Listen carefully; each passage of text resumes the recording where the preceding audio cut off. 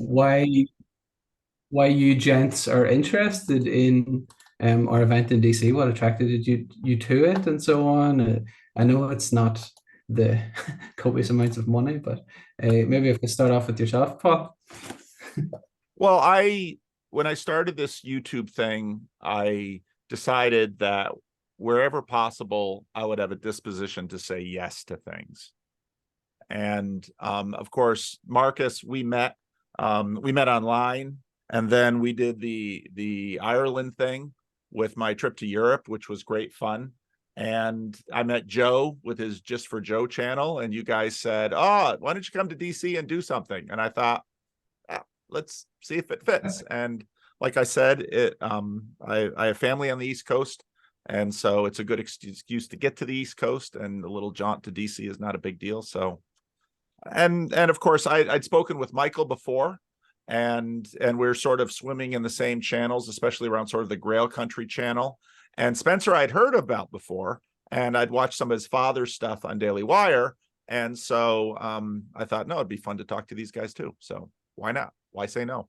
So I said yes. Thanks for that, Paul. And what about yourself then, Spencer? You know, I mean, like Paul, I've had an online relationship with a lot of you. I think Michael's the only person that I've ever been physically in the same place with. And he and I had a moment which, at least to me, was one of those sort of tugs on the sleeve that you sometimes get, where Michael quoted Thomas Traherne. I had just read Thomas Traherne for the first time and been absolutely lit aflame by him. So I turned to him after the conversation and I said, "Oh, I just love Thomas Traherne and I'm so excited to have found him." And it turned out that Michael wrote the introduction to and edited the edition that I had been reading. And so suddenly, we had all sorts of things to talk about. And then that was in DC, and that was in DC too. That's right. I hadn't even thought about that. But yes, we meet again. We have to stop meeting like this. We should go somewhere next time. Yeah. Yeah, no. And then the other aspect of it is that I am really interested in developing and finding ways to mediate between these very strange sorts of relationships that now come into being if you have any sort of online presence, or even if you don't, that can be quite intimate, but that don't actually have any physical embodiment. Joe and I talk all the time about how we hit it off when I was promoting my book on his channel, and then suddenly it's sort of I forget whom I've met in person and whom I haven't. And at the same time, I have this really profound sense that online is not enough. Online has opened up all of these interesting new avenues, but it also seduces us into kind of forgetting that we have bodies and forgetting that we are in human relationship and all this stuff. And so when I go onto podcasts and stuff and promote my book, which is called How to Save the West, it's 60,000 words. I thought that was succinct at the price, but people will often say, like, how do you save the West in 2 sentences? And I always say, log off and go to church. And so this is like right in that wheelhouse. And I know that it's not possible for us, or even maybe desirable, to just totally monastically retreat from online. But yeah, I will end, I guess, by quoting my little nephew, who, when he was born, my sister and I were living in different areas, and we had this kind of Skype relationship where I would call them every so often and we'd see each other and she'd have the baby. And then the first time or second time maybe that I visited, when he was really starting to talk, he said, "Oh, you've come out of the computer, like you've entered into real life." And then when I left, we were joking, like, "Okay, I'm going back into the computer now." And I'm interested in like how you sort of step through the screen and out into real life. And I'm hoping we'll kind of be practicing that even as we also talk about it. So there's a lot, and I'm just excited to meet all you guys in person.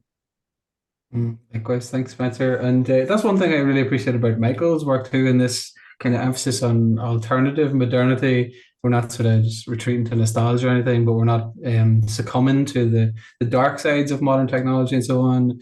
And I think that's part of why I thought this would be such a good mixture. I see that in all of you guys. Would you like to speak to that a bit more and what appeals to you about this event, Michael? Uh, First I've you can't see this. Maybe yes, you can. Oh There's yeah, Spencer there we are at at dinner. that We went great to a restaurant. Russian restaurant. Oh, that was so good. That food. That Yeah. was so good. And we had horseradish vodka with lard. I know it sounds horrible, but it was the best thing ever. Well, that's it. Like Spencer was saying, I'm a sociologist and I'm a farmer. So things in the real world are much more interesting and important to me than the virtual world. I mean, as much as I appreciate the opportunity, like right now, we're having this conversation, which I do appreciate, right? But it's a different experience to be with someone, right? There's, and you could say, I mean, in a way, it mirrors the idea of church, and because it's how it is, it just feels different when you're with people, and there's more of a presence. And that's why for me, when I met Spencer in DC last time I was there, every time I go to DC, my wife's starting to talk. It was like Spencer said, it was like this kind of tug. I mean, it was like an indication to me that I was in the right place at the right time, and I met the right people. And it was right after my mother's funeral. I mean, the day after I got on the plane to go there. And here I was, and not only that, we had assigned seats and he was right next to me for the whole time. Yeah, Yep. So we're sitting next to each other. And did God put you here for a reason? I think yes. Right. Yeah. And it was really like Spencer said, you get this little tug as a little reminder of why we're here. And I would prefer that to anything. I mean, that's where in these live experiences, I mean, I think the experience. So you can see a film that's moving to you, right? But there's something when you go to the theater. When you come out of the theater, when you come out of a movie, you might be enthused and excited, but there's also a tiredness that comes from staring at the screen, right? But when you come out of the theater, you feel enlivened because you have been seeing real bodies moving in real time, and we forget that. And we forget that. And the same thing with music, right? You were mentioning music before we went to record. And I do a demonstration with college students when I can, by showing them the difference between music played live and music that's recorded, because most of their diet of music comes from recorded music. And it started off, there happened to be a piano in the room I was teaching in. And I couldn't get them to get the idea of phenomenology. I couldn't quite get it. So hold on here. I'll just do this. So I played them a recording of the Beatles playing Hey Jude. And then I went to the piano, and I'm not a great piano player, and I'm no Paul McCartney, but I sang the first few bars and played the piano. I said, which one's different, or how are they different? And they all always prefer the one with me. And it's not because I'm Paul McCartney's equal. It's because and I say, why? I said, because it feels more real. It feels more real. And I think it's important. I've even done it with a guitar, with actually I've recorded one of the songs I recorded and showed them the difference between me recorded and me in the same room. And there's no comparison. And I think we live in a world that has less and less of those experiences, where our experiences are mediated through technology. And I would like to, like to fight the technocracy, right? Come in. And Joe and I, for on the plus side of technology, have developed this friendship very quickly. and we're kind of struck by how similar our kind of stories were. He interviewed me for his channel. We had a great conversation, and then we've had follow-up conversations, obviously, for my channel. And like me, Joe was into all of this kind of abstract philosophy, new age sort of stuff, and eventually, by God's grace, came to Christ and saw the importance of the incarnation, everything to do with the incarnation and so on. And I suppose this is an extension of that, I think, and the importance of embodied community and so on. But I'd love to hear a few of your thoughts, Joe, about what you hope to get out of an event like this, and how it builds upon some of the stuff that you've been doing on the Gist with Joe, for example. Oh, yeah, thank you. And I will say, yeah, the Gist with Joe is on maybe like a little hiatus. And this is not the space to get into it because I kind of just started a whole new career. I have not had the time or energy to really get out and interview interesting men such like yourselves. But whenever I have little pockets of time, I do plan to continue. And I hopefully one day very soon, hopefully within the next month, have some time where I can sit down and, begin to record again after a month. But I really don't think I could say it any better than what you gentlemen have already said, right? I mean, this is exactly why I'm so excited about the event. And this is why I'm excited when Marcus asked me to essentially, help him create this experience. I was elated because, yeah, I mean, the way I put it is I've never been really an internet guy. I mean, obviously I am on the internet a good amount of time, but maybe 3-4 years ago, I decided to be social media free. And that has been like that's been a really difficult thing to continue, or that's a very difficult thing to abstain from. I mean, relationships I had from undergrad have been lost, right? Because I can't talk to them anymore, or, I'm not posting really cool things on Instagram, or I have a lot of things I have a lot of things both professionally and personally in my life that I'm very proud of, and that I do want to show off, right? And the platform to do that is, right, I will post a picture of my wife and I doing something fun on Instagram, or we'll talk about our growing family, et cetera, et cetera. I have a platform to discuss my new job. These are all very difficult things not to have because your ego gets in the way and you go, I want to do this too. But what I've done, I've done the opposite, right? And I've tried to just keep a close circle of friends that I engage with personally. But when I realized that I wanted to be, I don't know, I guess just part of the conversation more, that's when I decided that I wanted to start the YouTube channel. And again, this is the avenue that I met all of you gentlemen.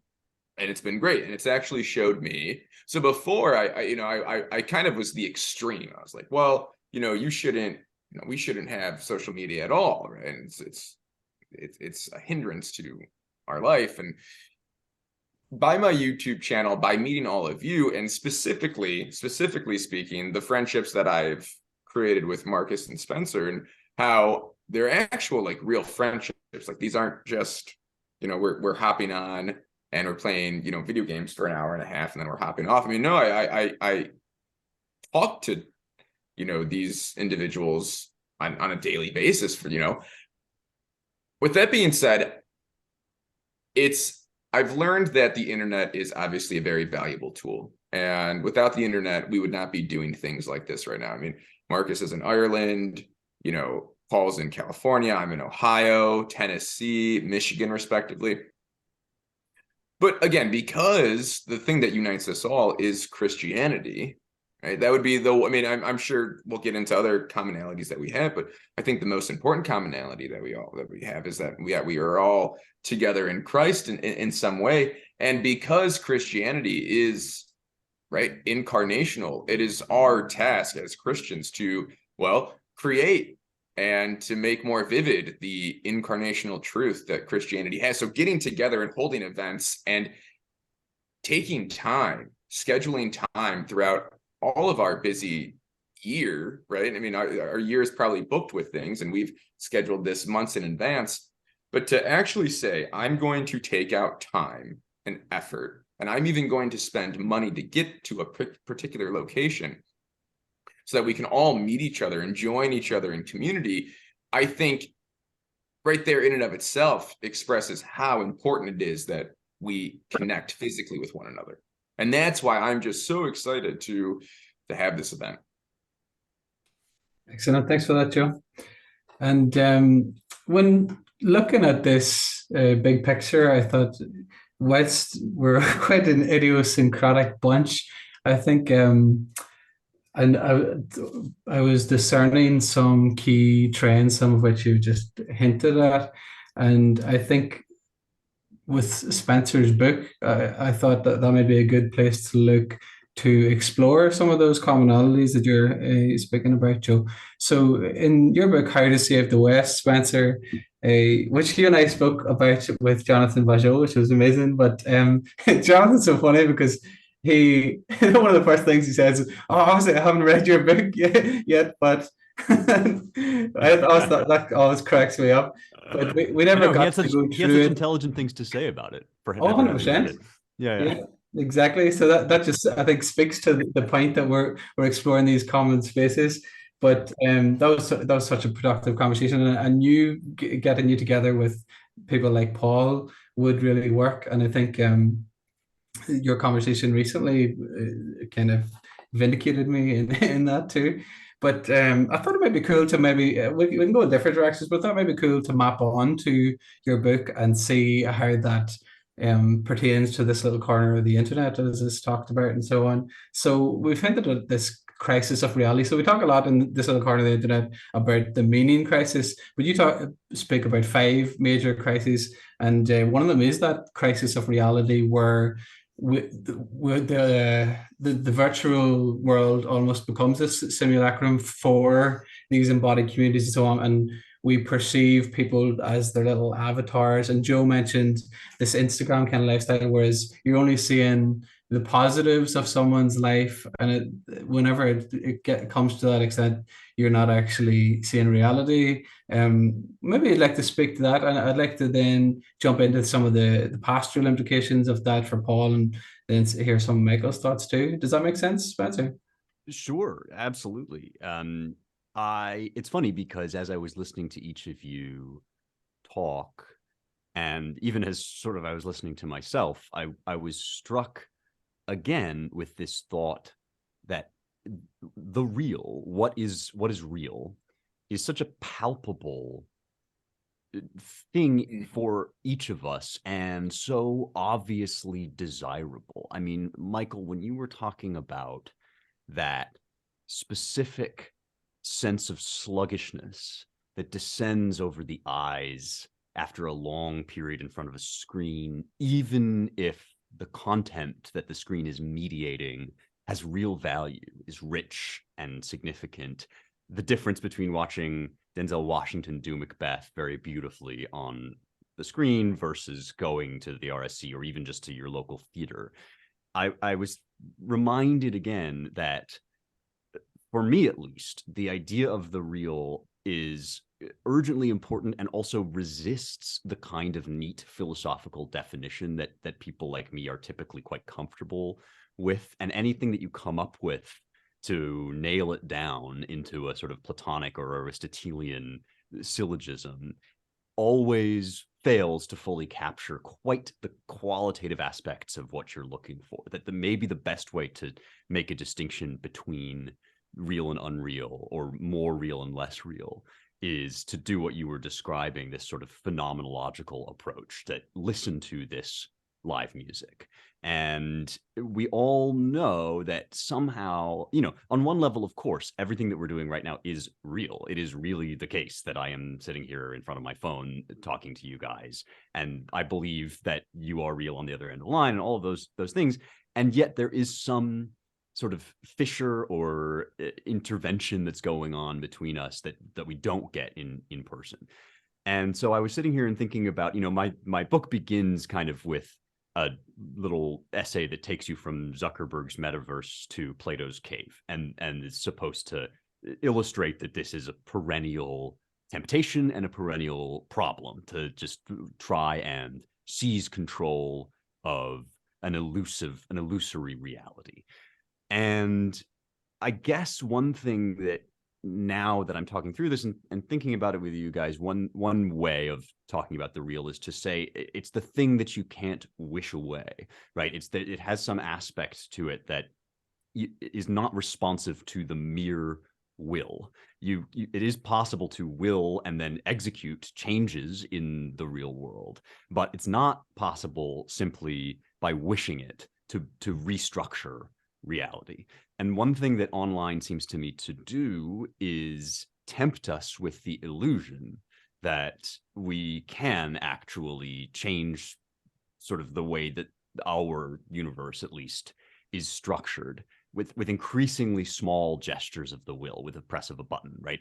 And I think, for instance, about how much more charming and self-assured I am over text message than I am in person. I've noticed recently that I'll get into these like text message exchanges with people and think, oh yeah, we have this really great connection. And then you meet them in person, you suddenly realize that I've been flattering myself somehow with this confected version of myself that is purely textual and also purely digital. So coming up against the hard boundaries of a reality that can't actually be wished away or fabricated away has struck me again and again as it's a kind of path to God, to be as blunt about it as possible. C.S. Lewis talks about the tug on the other end of the line, that it's sort of alarming to us to think that God is not an amorphous jelly disseminated through space or a power field that we can access, but the hunter, the king, the friend, the individual on the other end of this cosmic line. And I think from there, kind of the reason that the most essential aspect of that in our experience is your brother, is your friend, is other people, is because other people embody that, incarnate that for us, and the sort of real inescapable fact of them, of others, is what Iris Murdoch arrives at when she says that love and so art and morals all consist in the extremely difficult realization that something other than oneself is real.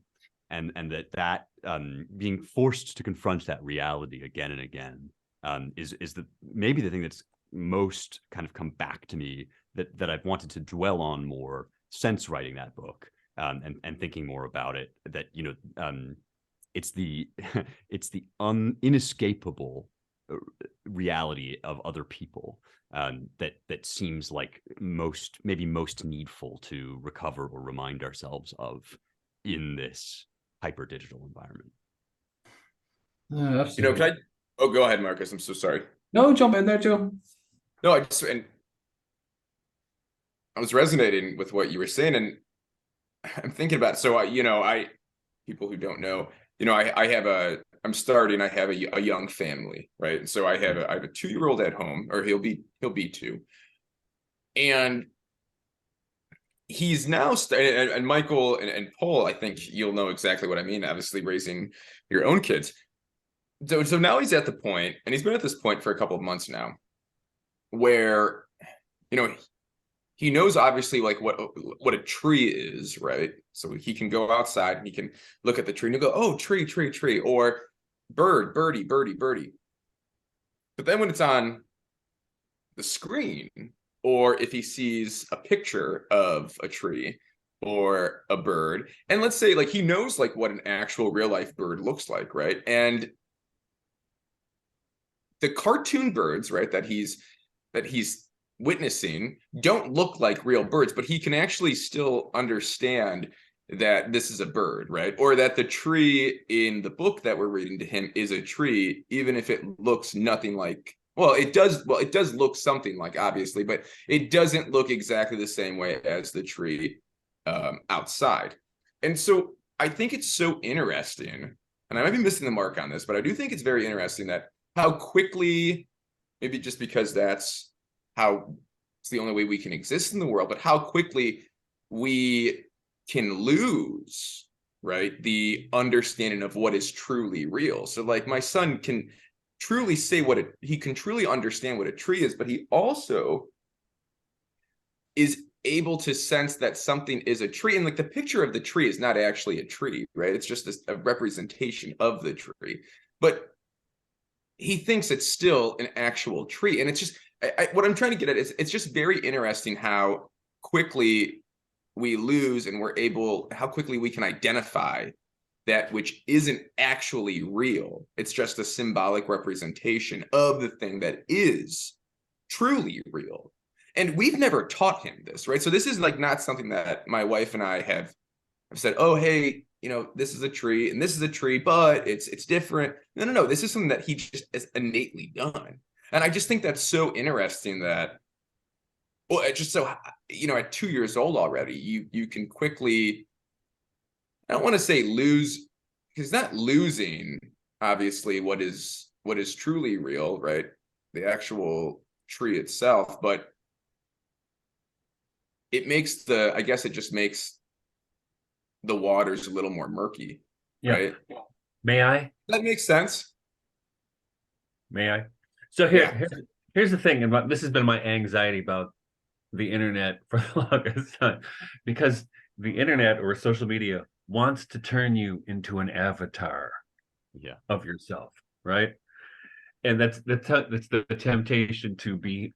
We have the temptation to behave as the avatar of ourselves, just like a card. Like those avatars that Facebook's always trying to get you to use. I don't want to be a cartoon, right?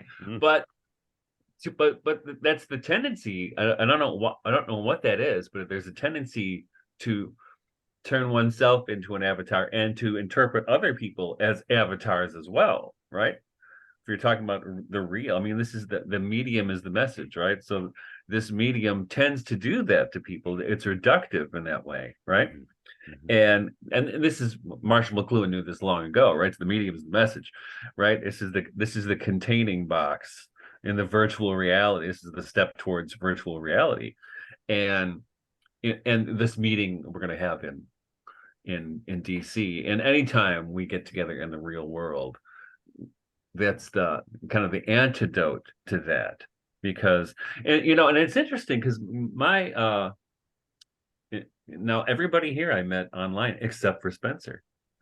I in fact I didn't know about Spencer's work until I met Spencer, and then I checked him out. So it's a very different experience when you meet somebody in the real world.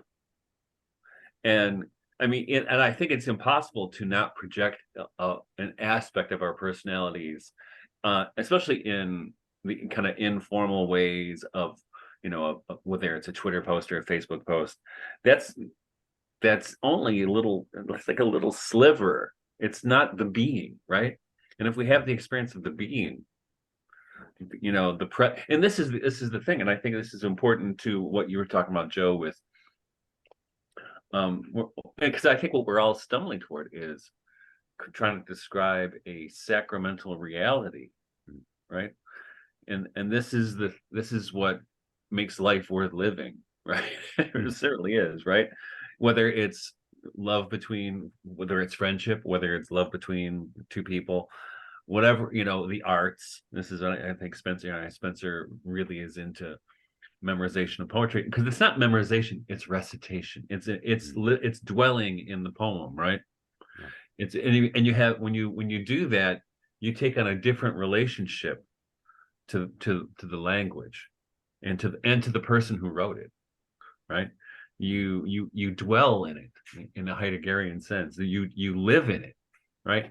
And that's and I think and the going forward as humanity, that's one of the things that's going to be the challenge, is how do we keep that alive? How do we keep that in especially, I mean, I think this is accelerated, as we all know, during COVID, when everybody was sent home to work online. As a professor, that was hell. I'm just telling you right now. And not only teaching online is hell, but then going back to school and teaching in masks was also hell, because you never or very rarely could, in fact, if you think about that, it's a mask, right? It's something in between the being and the world, right? It's a persona, it's a projection. And what we're interested here is parousia, presence, right? And that's and I when I figured out that parousia means presence and not second coming, that really changed my understanding of the New Testament, right? From St. Paul. Because that's what we're trying to live into, is that presence.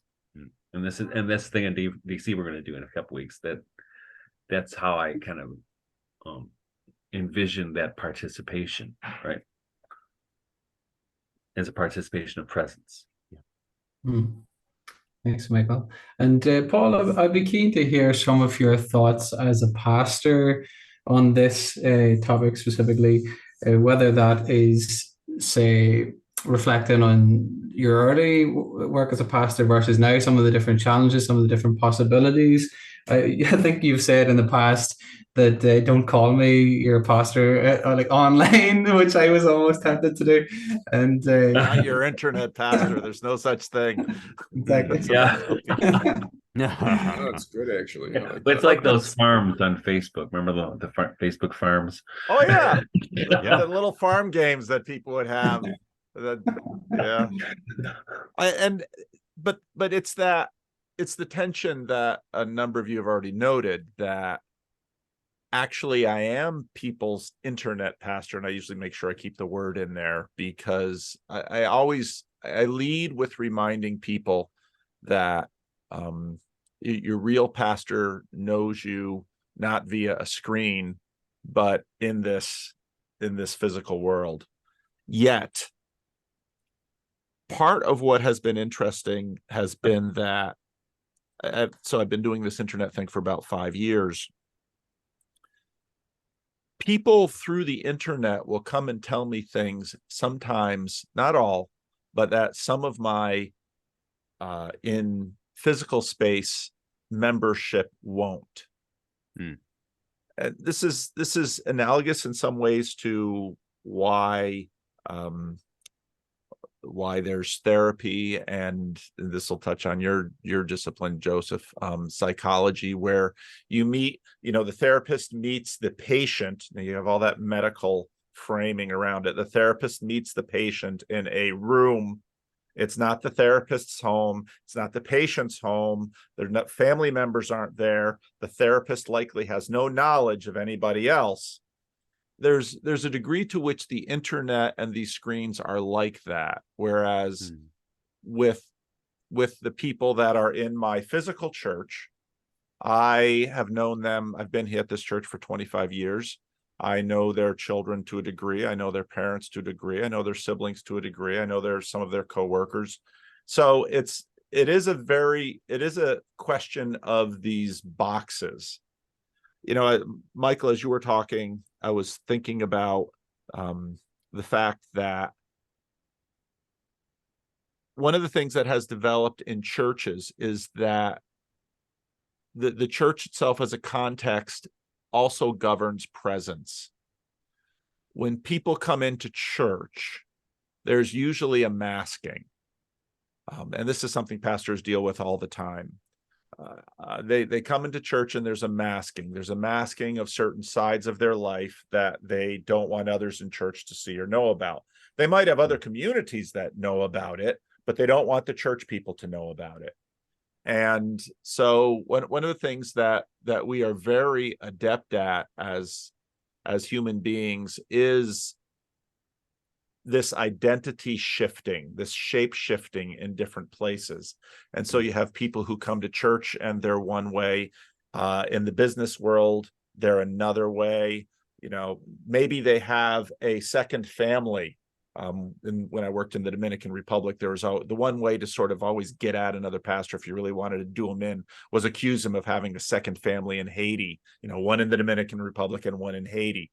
And part of what the internet has done is, on one hand, created there's a Georg Mueller, Hans Georg Mueller, teaches philosophy in, I think, Macau.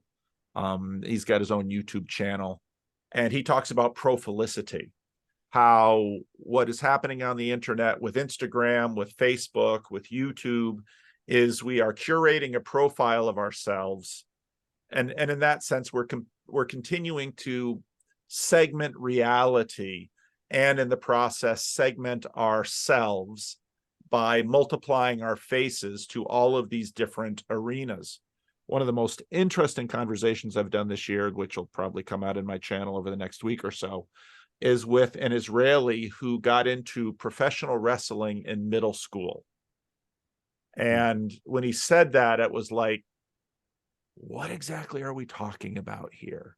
When people are playing basketball or soccer or some of these other things, he started playing around with professional wrestling in middle school. And we talked about the fact that over time, in terms of the reaction between the audience and what's going on inside the ring, a character emerged. And for him, it's Lenny Levi. And that's different from Guy Landau, the in real life guy who has a girlfriend and is developing a course on modern Hebrew as a second language and all of these other things. But in the ring, he's Lenny Levi. And what we've done with these internet spaces is, so I'm Paul Vanderklay, but what Paul Vanderklay means for thousands of people out in the world is a little bit different than what Paul Vanderklay means or Pastor Paul means in this building, and then Father means in that space. And like Joe with your son is, because this has been a reality of human beings. This is not new, but we have created an entirely different arena and new arena for this profile identity shifting, which then sort of goes back to Spencer's question about, okay, when we use this word real, what do we mean? Eugene Peterson passed away not too long ago, was very much a mentor for a lot of sort of moderate Protestant clergy. And Eugene Peterson was always irked. He was a mainline pastor in the DC area, I believe, and he'd have these smart businessmen or political types who would say, "Oh, pastor, fine sermon. Now I'm heading out into the real world." And of course, Eugene Peterson would always bristle with that and say, "No, you've been in the real world. Now you're heading out into something else." Yeah. And so for all of us now, we're wrestling to figure out these multiple worlds and what in fact transcends them, governs them, and then the multiple personalities that we are, and where is the through line and the thread that holds them together. There's so much here. Marcus, can I jump in for a second? Is that Please, Spencer? Yeah. great? Paul, as you were talking, it suddenly occurred to me what going on your channel reminded me of, because I so enjoyed our conversation, and there's a certain feeling when you really get a sense of being listened to, as I told you then. And I just realized that it felt like stepping into a confessional booth. It felt like there was the online boxes of the Zoom call almost were like the priest and the confessor sort of separated by that screen in a Catholic church. And it speaks to the fact that whereas we absolutely are kind of tempted into this masking online, it's also possible across the same medium to unmask. And all of this talking that we're doing about artifice, and certainly the split personality, the multiple personalities, it sort of raises this, it heightens, I guess, this problem that is perennial, which is how is it possible to be sincere at all? How is it possible, online or off, anywhere, to take this totally ineffable and indeed infinite thing called the psyche, the human soul, and somehow like reify it into a gesture, a word, a grunt, a painting, anything at all. And it strikes at the heart of, whether you believe it is possible to really use language of any kind. Leave digital out of it for a second, because what we have in the Facebook avatar, which, by the way, and importantly, doesn't have legs, like doesn't have an existence below the belt, and so is sort of detached even from Hopefully, like it doesn't have existence below the belt. Yeah, for now, because a lot of the exactly. internet does. Well, that's right. Well, but this, so okay, but this you're onto something, because this is so important. So much of the internet, famously, right, is saturated with this kind of oversexed, like pornographic stuff. Even if it's not porn, it sometimes feels like porn, on Instagram or whatever. And yet, that whole phenomenon has taken on this really weird desexed, denatured quality. That it's now got this dialectic between like an imaginary sex fantasy that no human body can actually fulfill in a real intimate relationship. And you see this all the time with, young men, especially, that then get into relationships and expect things out of their girlfriends that they're totally either unable to provide or totally disgusted at having to provide. So there's obviously some kind of fissure there, or disjuncture going on between real life and fantasy, and fantasy kind of replacing real life. And then, like, at the opposite end of this, you have, if everything is sex, then nothing is sex, right? And that if everything is kind of this erotic panoply, this extreme, then really you stop being able to be aroused or in your body at all. And so this kind of, again, just really aggravates a long-standing philosophical problem, which is, okay, that we know there is the sign, we know there is the symbol, but does the symbol refer to anything? Is there anything behind the screen, behind the word, behind the gesture, behind the glance? And one reason why the real is so hard and difficult and kind of ineffable, I think, is that it does rest on a leap of faith that behind any of these material gestures, these outward signs, inadequate or incomplete as they may be, the thing communicated actually exists. When AI became a big deal, I went back and read Turing's 1950 paper on the Turing test, on how you can tell whether something is sentient or not. And it was incredibly striking to me that the whole project of that paper is to wave away the question whether communication actually originates in any sentient experience.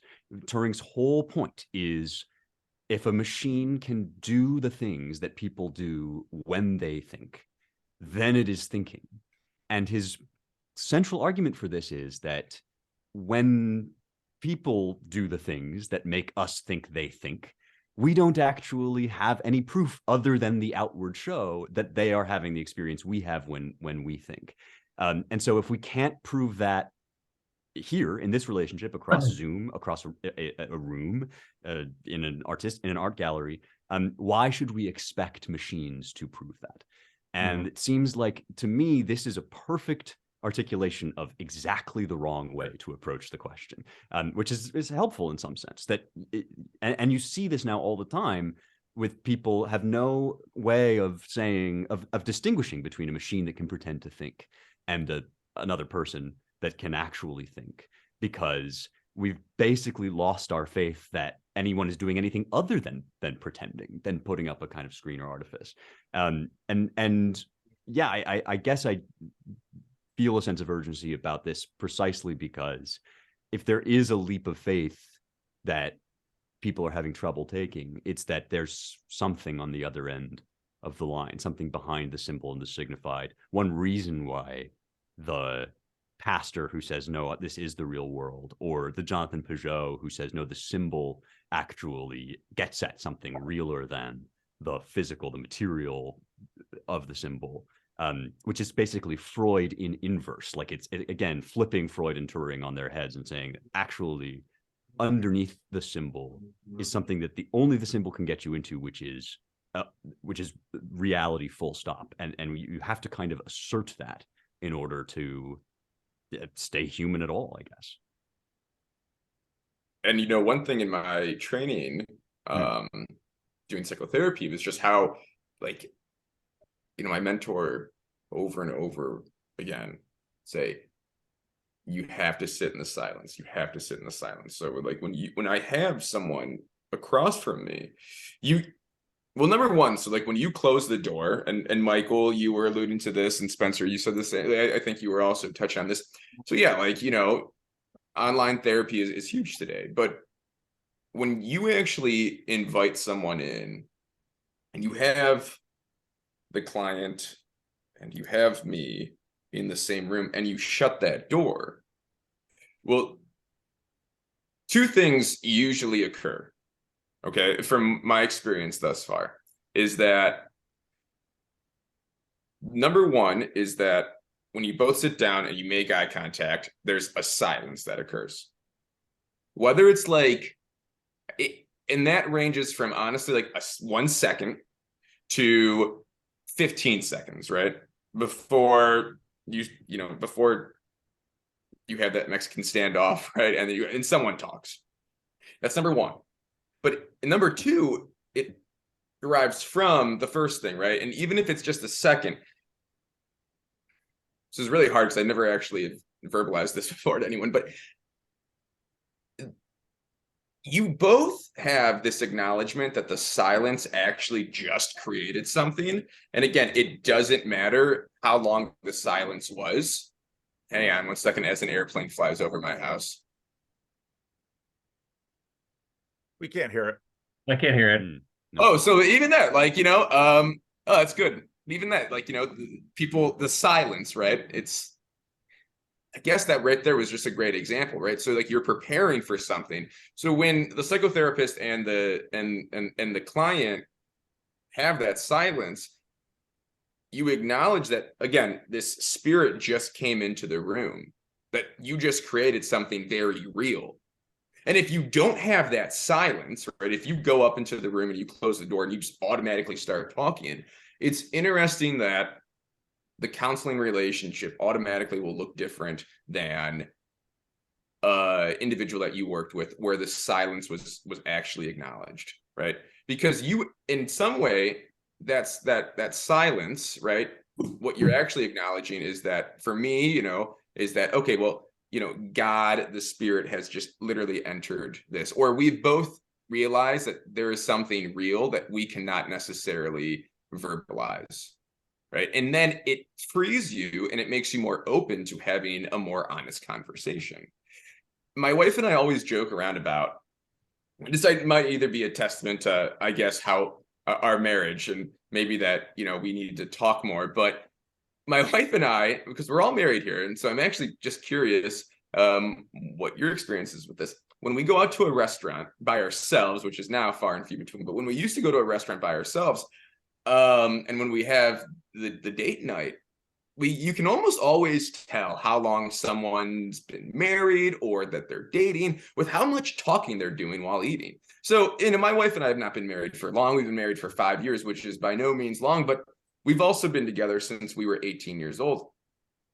We know each other very well, and we are very comfortable with silence. And when we're out to eat, maybe it's because we have, a crazy 2-year-old at home, but I actually think it's because we sit in the silence with each other and we almost are communicating. There's an energy that we both acknowledge, and we're almost communicating through the silence rather than through any verbalization. And again, Spencer, to what you were saying, it's just like, that's the acknowledgement of, we're acknowledging that something actually very real is taking place. Someone might look at us and say, oh my gosh, look at that married couple, they're not talking. But they must have a horrible relationship. But no, actually, quite on the actual opposite side of that, right? The other side of the coin is that, no, we're comfortable in the silence, and we acknowledge that silence is actually good, because we are acknowledging that, right? There's something very real taking place during the situation, during the phenomena that we're both in. Thanks, Joe. So actually, I'm going to take it in a slightly different direction. Just what you were speaking about, and a few things have made me think about it. If you want to explore this, we can.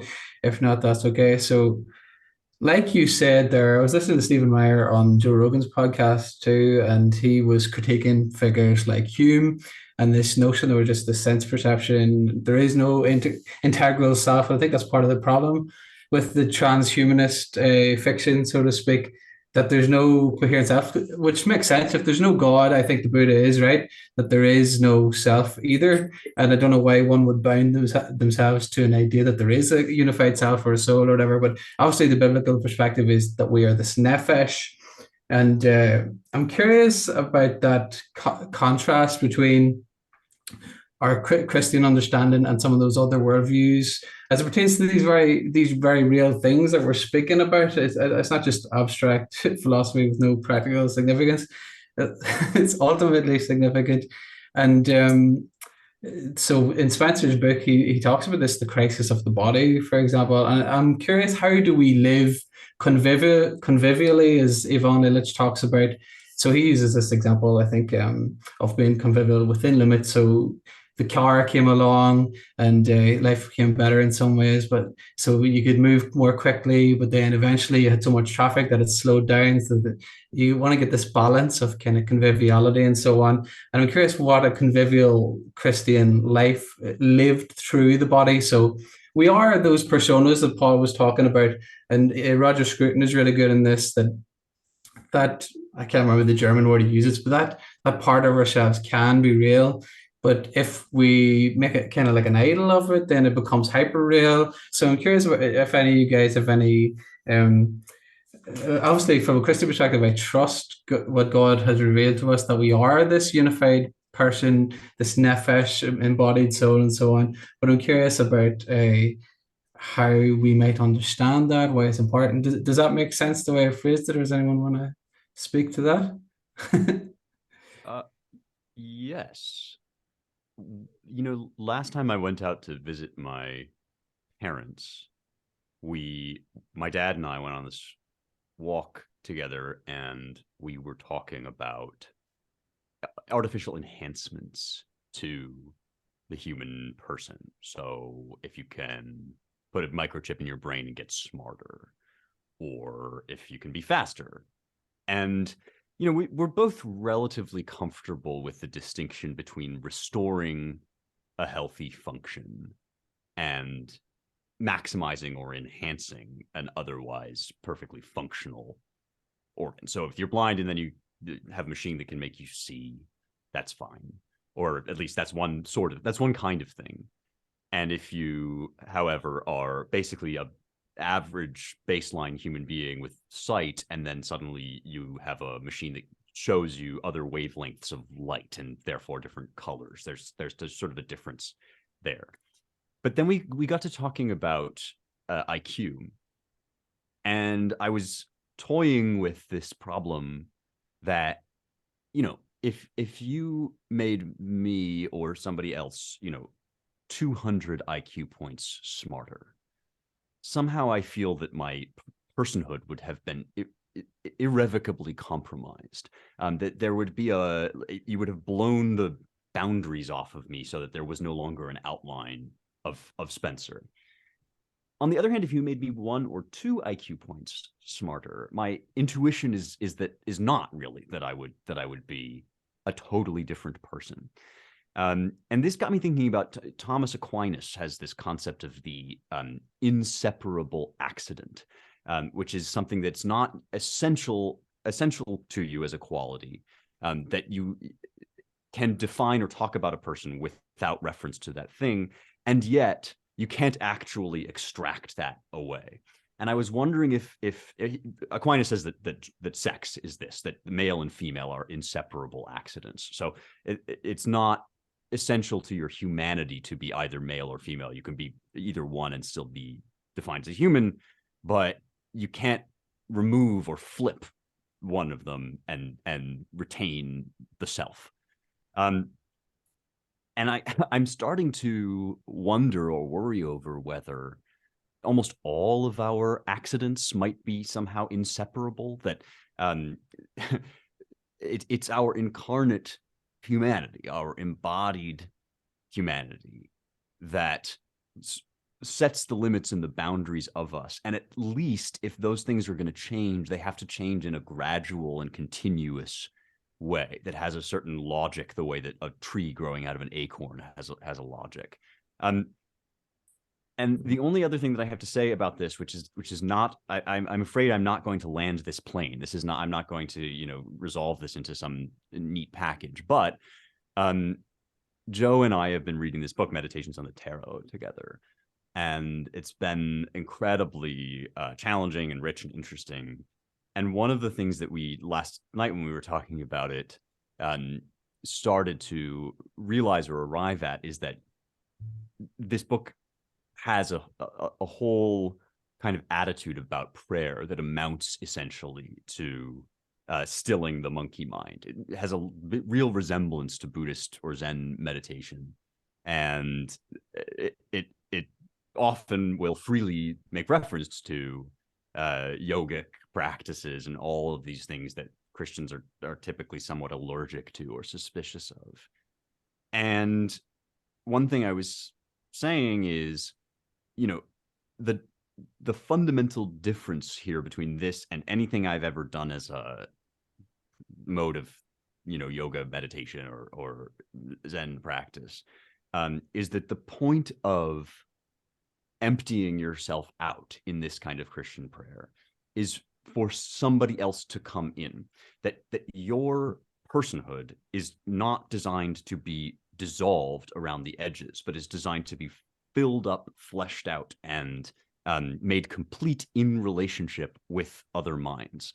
And so maybe I am circling around to something like a point here, which is that it's actually in relationship with one another, which is mediated through the body, which can't happen except by so if you have limits and I have limits and there's a space therefore between us, it's in that interchange that we become most fully ourselves. We don't even have a fully formed personality, I don't think, until we form these relationships where we're able to manifest the kind of ineffable, inchoate selfhood that is so famously within us. And perhaps it's this that makes me so worried or concerned over the question of sort of customizable human beings, because it's the fact of us, the givenness of us, and that is embodiment. There's no distinction really for me between that and embodiment, that makes it possible for us to face one another and communicate between one another, and in doing so to be the kind of thing that we are. Well, yesterday before yesterday, one of my students at the college where I teach contacted me because he wanted to get my thought. He's the editor of the college newspaper, and he wanted to get my thoughts about AI and Chat GPT and what that means for teaching and scholarship and students writing papers. Because I already know the students have been using Chat GPT to write papers. If they were using, those, you can get those, I called it crappypapers.com. Why write your own C paper when you can buy one for $5, right? But he actually, the reason he wanted to talk to me, he's a pretty perceptive student, but he read the article I wrote for Spencer. Oh yeah, wow. Okay. The Droid Stares Back, which actually, the joke about my Substack, the Druid Stares Back, because I was looking up the Droid Stares Back and I misspelled it and it came out Druid. That's kind of that's catchy. I might use it. But anyway, the thing I talked about when he called me was that we're at this weird moment where AI and Chat GPT, as Spencer was mentioning earlier, is starting to imitate, like with the Turing test, human intelligence and it could trick you, certainly. Where on the other hand, some people, not everybody, but the danger for humans is there's this kind of reciprocal relationship where humans become more machine-like. And as Spencer was just saying, with this idea of, you can retrofit your body to fit how you think you are, right? Or your feelings about what you are, is extraordinarily dangerous, because this is what transhumanism is, right? It's the other side of transhumanism. The one side is making the human more machine-like or more technology-like, but the flip side is making technology more human-like, which is dangerous, right? And it's an escape from the real. And what is the antidote to that, right? What is the antidote to that? And it's almost like a sickness that's running through our society right now. That and so if we think when Spencer was talking, and a big influence on Valentin Tomberg, who wrote Meditations of the Tarot, was Rudolf Steiner, and who has a really, I think, sound anthropology. And one thing he talks about is the personality, right? And if you think about yourself, right, my personality now is certainly different than it was, though some things are certainly common, than when I was 18 or 19, right? But some things are very different from my personality now from it was 10 years ago, 5 years ago. But the other part of that is what Steiner calls the individuality, right? So, which, is closer to what we would call the spirit of the soul, right? The individuality, who you are, right? And personality is more chameleon-like and adapting to the environment sometimes, you know what I mean? I mean, the personality is formed by environment. I've noticed, since I kind of got out of the throes of academia, when I hear people talk like academics, I'm like, oh, just stop. You know what I mean? Yeah. Just, can you use real words, please? But that's personality, right? That's personality. And what is it, this kernel, this individuality, and which, that's, the image likeness of God, in a way, you could say.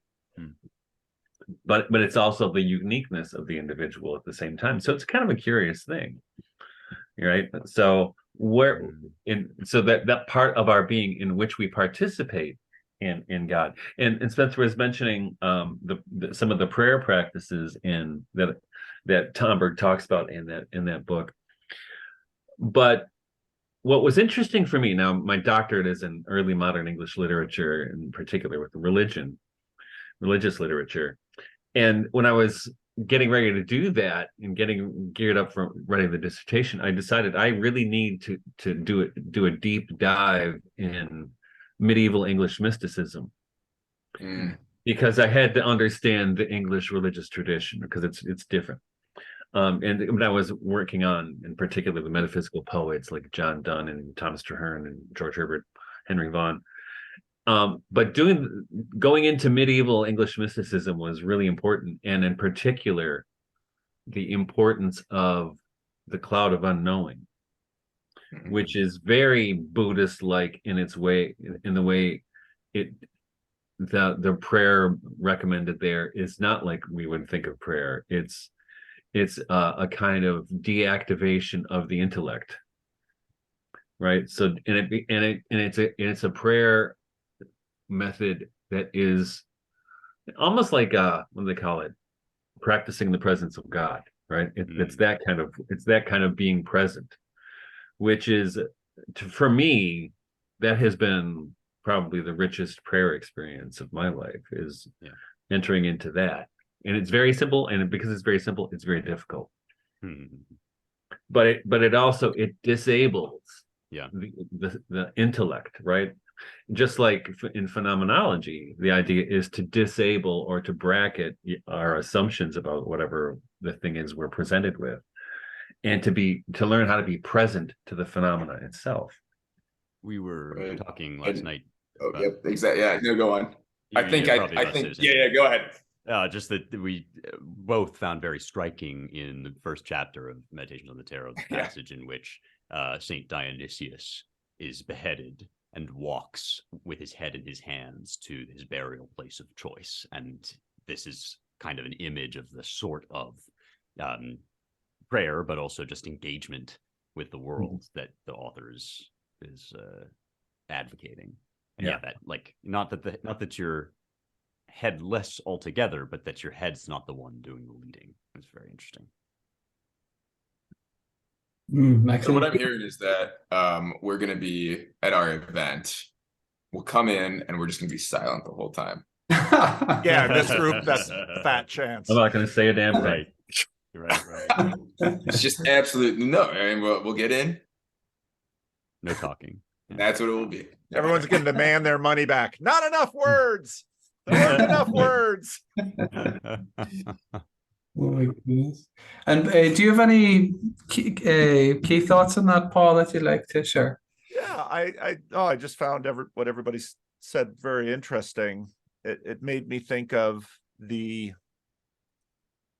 and part of what's been rolling around in theology has been, process theology, where, sort of following Whitehead, where we're going to, one way to think about it, perhaps to sort of simplify it, is a skepticism of nouns and a prioritization of verbs, let's say. And but the truth is, the sentence is fairly meaningless without both nouns and verbs. And John Vervaeke has this term he calls the transjective, which I think in many ways is sort of the space between nouns and verbs. And in some ways, what I hear us sort of pinging at is the space between talking and listening. Listening is in many ways presence. It is not obliteration. It is not annihilation, because there is face there. There is presence there. So every week at the end of the service, because I haven't decided to memorize a bunch of other common doxology or blessings from the New Testament, I just usually use the Mosaic blessings. And, the Lord turn his face towards you. The Lord bless you and keep you, and turn his face towards you. And so on one hand, we started this conversation talking about the proliferation of our own faces. There's there's Pastor Paul, there's YouTuber Paul, there's Paul, who's the husband and the father and the neighbor. So we have this proliferation of faces.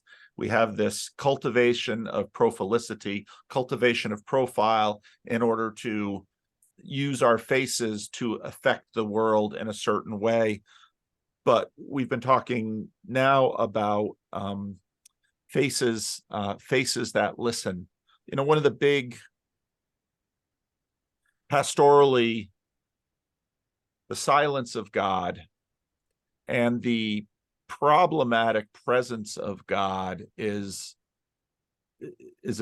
something that comes up again and again for people. Now, what I mean by the problematic presence of God, Nathan Jacobs got his PhD at Calvin Seminary. Good for him. And to the dismay of those professors at Calvin Seminary, he went to Orthodoxy after that, and it was kind of like Peter Kreeft getting his Calvin college education and becoming Roman Catholic. These things aren't supposed to happen in the Christian Reformed Church. We educated you, stay with us. But so Nathan Jacob made a film which was mostly conversations with people who had walked away from church, the nuns and the duns, and surprising no one, the problem of evil comes up for many people. And I don't think the problem of evil is as abstract as we like to imagine it is. That sort of sounds disembodied, the problem of evil. What I think in a lot of ways it is the problem of presence, that, well, God is one woman tells a moving story of her uncle, a beloved uncle, who died in a house fire because he fell asleep with a cigarette in his mouth. And this was this was a big deal back in the 70s. People would talk about it. You don't hear about it much anymore, but you're smoking and you're laying in bed and you fall asleep with a cigarette, and the cigarette falls out and lights the sheet and starts a conflagration and you die. And the woman's narrative about the problematic presence of God was, would it have been so hard for an omnipotent God to just pick up the cigarette and put it in the ashtray? And so in many ways, what has happened with nuns and duns is that it's easier to remove God's presence from the world. It's easier to have a God, either a impersonal God who cannot act, or an absent God who at least won't be to blame when the cigarette tumbles from the mouth and consumes a beloved uncle. And so it strikes me pastorally, these are many of the issues that we deal with.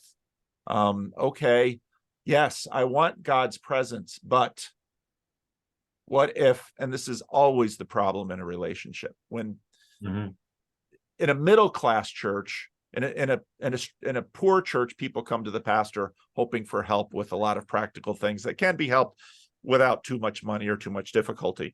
In a middle class or upper class church, people come to the pastor wanting help with all of the people's relationships. Because I can't get my spouse to do this. I can't get my kids or my parents to do this. And again, that's more problematic presence.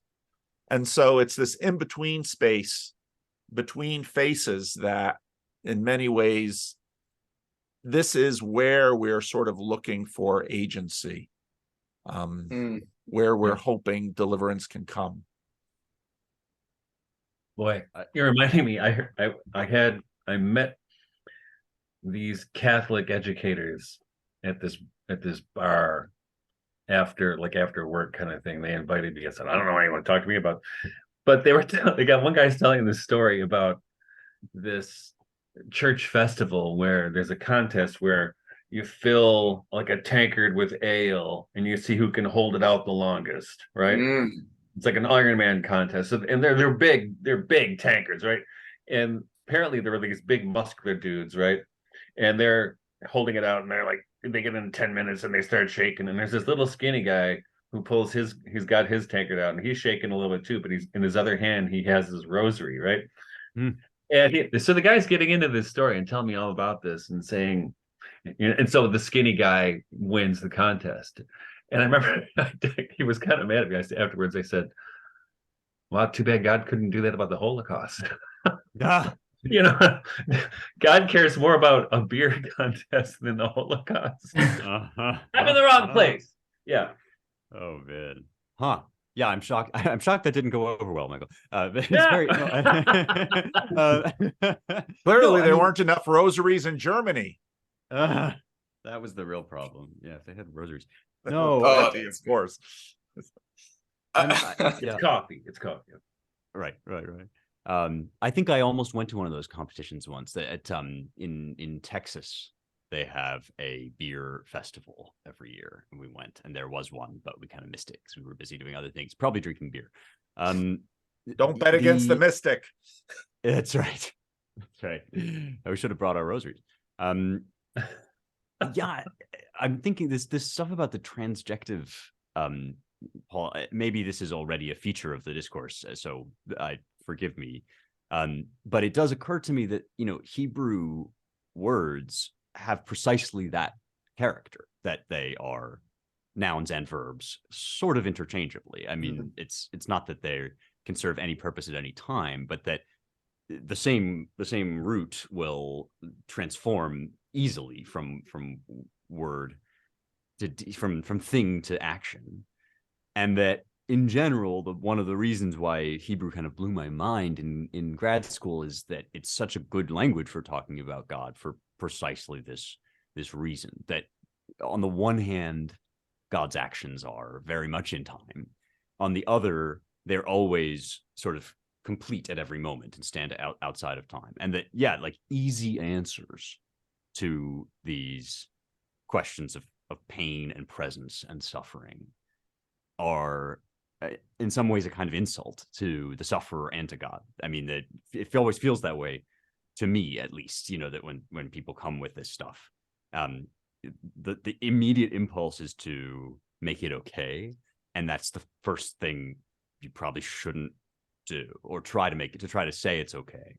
And for me, one of the biggest arguments for Christianity coming to it from the outside was that actually nothing makes it okay this side of paradise. That in fact, the only conceivable answer is the inconceivable one that has to take place in infinity. I mean, this is sort of what happens in the Brothers Karamazov, that Ivan can't accept the only form of consolation that could possibly be accepted for the suffering, for instance, of children, which is that parallel lines meet at infinity. That you're really dealing with something that requires you to accept like the existence of something completely outside of all space and time. I don't know if anybody can hear. If you can't hear the airplane, you probably can't hear the big old thunderstorm, the thunderclap we just got in here. But we're apparently in for a big one. The only other thing to dwell on Hebrew for a second is that it occurs to me that the great command, I mean, I love this idea of may the Lord turn his face to you. And then, of course, the other great command is the Shema. Hear, listen, O Israel, the Lord your God, the Lord is one. And right, listening is in fact like a maybe the highest form of presence for humans, right? Is that the only answer to suffering that has ever done anything like satisfying for me is the suffering God, that God's presence in suffering is the answer, and not his sort of like making up for it. Anyway, you know, that's no, Spencer, that makes total sense. You know, and Spencer and I were having a private conversation probably last week, and I was actually almost venting to him, and I was talking about, well, I guess the part, this particular conversation within the larger conversation was about evangelization and how I personally struggle with, you know, I feel like my spiritual life is beefing up, right? And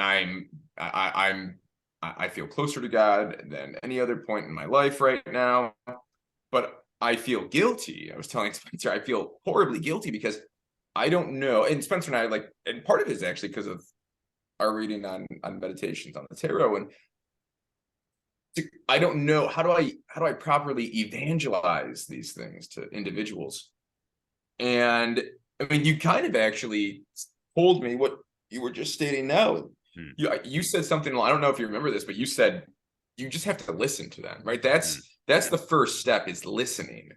And that really stuck with me, because what I've noticed, and I apologize that I keep on alluding to my career, but it's so important. Spencer, I've told you this before. I've told my wife before how I don't feel more human, right? I feel like I am literally living the most that I can. I'm like living at the highest capacity that I could live, almost, when I am counseling someone. And it's because what I'm doing is I'm just listening to them. Paul, you have to know exactly what I mean, being a pastor, because the commonplace between the pastor and there's a serious overlap between the pastor and the therapist, right? It's just like when you just are truly listening to someone. I mean, I think of, for some faults that he has, I mean, I think was the greatest that's the greatest insight that Carl Rogers had, right? With unconditional positive regard, is just sitting with someone and listening to them.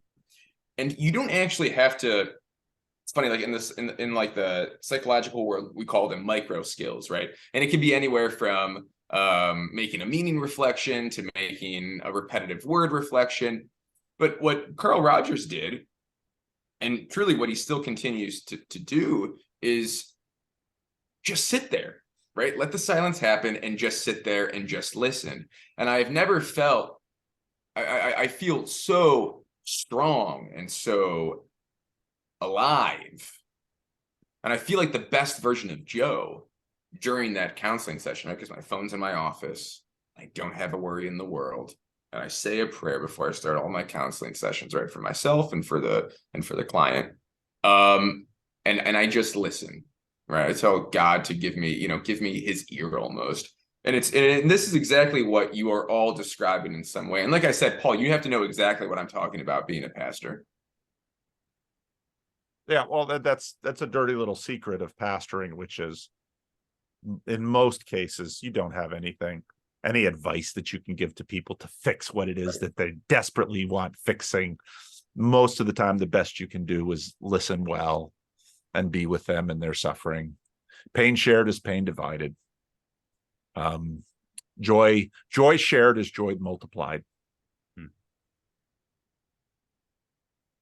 Thank you very much for your time today, Jensen. I've most enjoyed listening to you guys. Pardon me, terrible, almost a pun there. And yes, I suppose I know you have to go in a few moments, so I wanted to just see, we've got a good flavor of what to expect in DC. What you'd like to say to those who maybe are thinking about coming, that haven't went over the edge yet, or any closing thoughts? I'll start with yourself, Michael. Well, I just hope to see people there, and because I think it's a great opportunity to be in the real world and to we're looking to the future in a way in the theme of this conference. But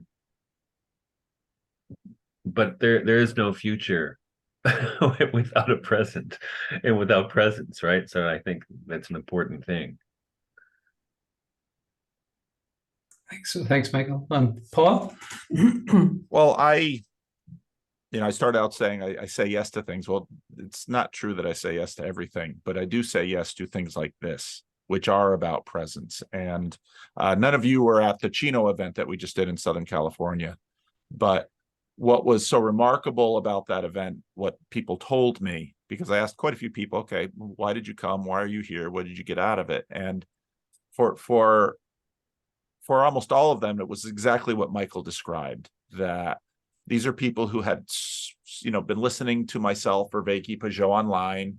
And what was big about the conference was not so much what we said on stage. That was recorded and you can find it on my channel. And that was good. That was fine.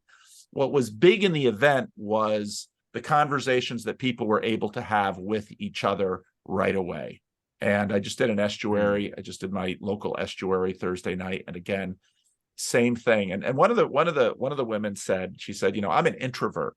And so I hate I feel very insecure about the small talk and all of this. And so often you have to get through all of these levels to get where I want to go in the relationship or in the conversation, which is, and again, it's about presence and it's about face and it's about listening and caring. It's all of those things. And I can't promise. You can talk to Joe get your money back if you're dissatisfied, I suppose. But what these events have done is given people a chance to get into a space where they could very quickly be present and meet others and have that kind of community. And I'm hoping that happens here. I can't guarantee it, obviously, but that is what I go for.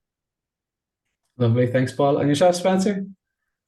Well, I certainly want to co-sign everything that's just been said.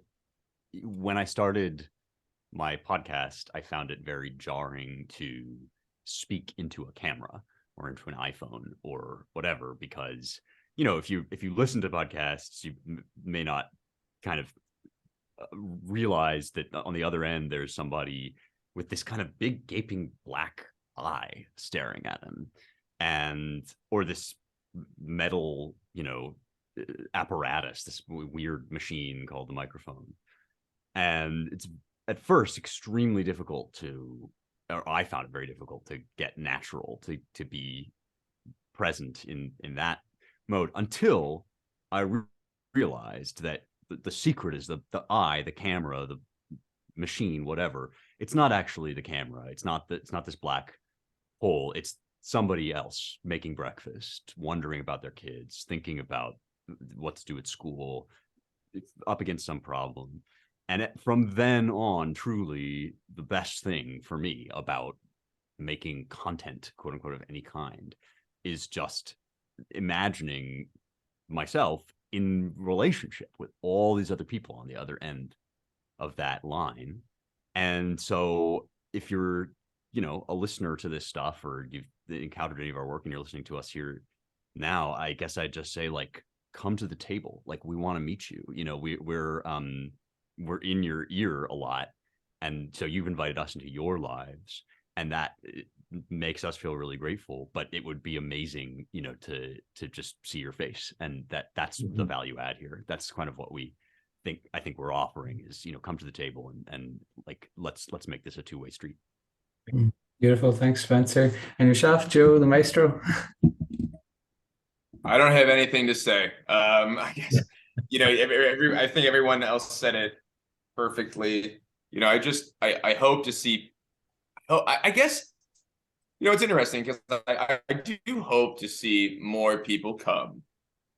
But for those of you who've been on the Eventbrite page, you would know that even if we reached max capacity, it's still going to be a small event, right? 80 people max. That's very small. Paul, how much, really quick, what was Chino? Chino was 200 people. So, right, exactly. And I will say this much, we are not at max capacity. So we do not have 80 people coming. That's a blessing in some way, right? Because with so many people who want to be part of the conversation, who have really profound, beautiful, good things to say, as Spencer put it, right? Come make this a two-way street. And as it thunderstorms now in Cleveland, Ohio, I don't know if you can hear the rain, but I guess I'll just echo what he said and make this a two-way street. Really excited to meet everyone, and just truly excited to see what is created out of this event. Thanks, Joe. Thank you very much, gents. It's been a pleasure to listen. Thank you. To all today. Thank you. Looking Looking forward to seeing y'all. Yep, me too. See you soon. 2 weeks. At least if you're watching this on my channel, the link is below in the description, so you can find it there. Mine too. And you can click on it there. So Thanks, gents. Take care.